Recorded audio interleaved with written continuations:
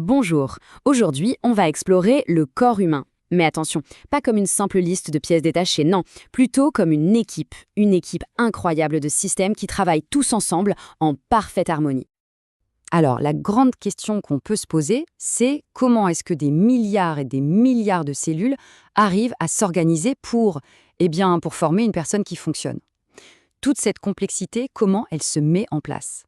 La réponse, en fait, elle tient en quelques mots, les systèmes d'organes.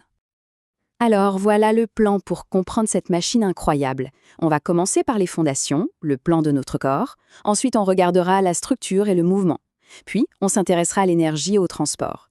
Après ça, direction le centre de commande et de contrôle. Et pour finir, on verra comment tout ça forme un système de systèmes parfaitement intégré. Allez, on attaque. Pour comprendre le corps dans son ensemble, il faut d'abord saisir le concept de base. C'est un peu comme une construction. Avant d'admirer le bâtiment, il faut jeter un œil au plan. Alors, un système d'organes, qu'est-ce que c'est concrètement? Eh bien, c'est tout simple. C'est un groupe d'organes qui bossent ensemble sur une mission bien précise. On peut vraiment les voir comme des équipes de spécialistes. Chacune a son domaine d'expertise et c'est leur collaboration qui nous maintient en vie. Bon, premier duo de choc, la structure et le mouvement. C'est ce qui nous donne notre forme, ce qui nous permet de bouger, tout simplement. On va voir la charpente du corps et les moteurs qui l'animent. Et là, on a un partenariat fascinant. D'un côté, le système squelettique, c'est notre échafaudage. Il donne la structure, il protège nos organes vitaux. De l'autre, le système musculaire, ce sont les moteurs. Ce sont eux qui, en se contractant, tirent sur cet échafaudage pour créer le mouvement. L'un sans l'autre, impossible de faire le moindre geste. C'est une collaboration totale. Et quand on parle de collaboration, le chiffre est juste vertigineux. On a plus de 600 muscles squelettiques dans le corps. Plus de 600! Et ils doivent tous travailler ensemble. Pour se donner une idée, un simple sourire, ça en active plus d'une dizaine. Chaque geste, même le plus petit, c'est une véritable symphonie de muscles qui se coordonnent à la perfection. Ok, on a la structure et les moteurs. Maintenant, question. Comment on alimente tout ça? Il faut bien de l'énergie. On passe donc à la salle des machines du corps et à son incroyable réseau de livraison. C'est toute la logistique interne qui tourne 24 heures sur 24. Et ce processus, il est d'une logique implacable en 3 temps.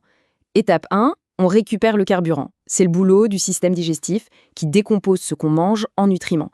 Étape 2, il faut de l'oxygène pour brûler ce carburant. Ça, c'est le rôle du système respiratoire.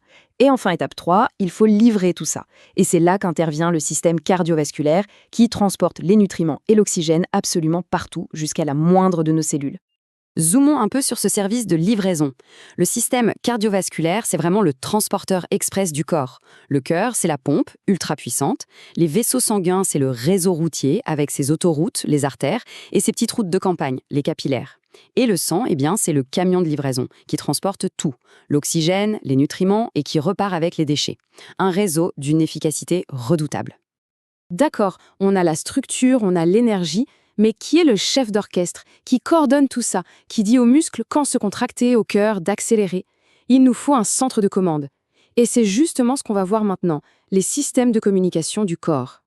Et en fait, on n'a pas un, mais 2 grands systèmes de communication qui travaillent main dans la main. Le premier, c'est le système nerveux. Imaginez-le comme l'Internet très haut débit du corps. Il envoie des signaux électriques ultra rapides pour tout ce qui est immédiat. Et puis, on a le système endocrinien. Lui, c'est un peu le service postal. Il envoie des messages chimiques, les hormones, par la circulation sanguine. C'est plus lent, mais c'est parfait pour réguler des choses sur le long terme, comme la croissance. 2 vitesses, 2 méthodes, pour un contrôle total. Et si on regarde de plus près le système nerveux, c'est vraiment le QG, le quartier général. Le cerveau, c'est le grand patron, le centre de contrôle, qui pense, qui décide. La moelle épinière, c'est l'autoroute de l'information, le câble principal qui relie le cerveau au reste du corps. Et enfin les nerfs, c'est tout le réseau de fibres qui part de cette autoroute pour amener les messages absolument partout. Voilà, on a vu la structure, l'énergie, le contrôle. Maintenant, il est temps de prendre un peu de hauteur et de regarder la vue d'ensemble. C'est là que toute la magie de l'opération se révèle vraiment. Et le point le plus important, celui qu'il faut vraiment retenir, c'est celui-ci. Aucun système ne fonctionne tout seul. C'est une interdépendance totale. Les muscles ne peuvent pas bouger sans l'énergie fournie par le système digestif, qui elle-même ne peut arriver sans le système de transport cardiovasculaire, le tout étant orchestré par le système nerveux et soutenu par le squelette. On n'est pas une collection de pièces détachées. Le corps humain, c'est un chef-d'œuvre de collaboration. Et ça nous amène à une dernière question un peu plus philosophique. Si tout est connecté, des os qui nous tiennent debout jusqu'aux signaux électriques qui créent une pensée, qu'est-ce que ça nous dit au fond sur ce que c'est que d'être humain? Cette collaboration de systèmes, si parfaite qu'elle finit par créer une conscience, c'est une idée assez vertigineuse sur laquelle réfléchir.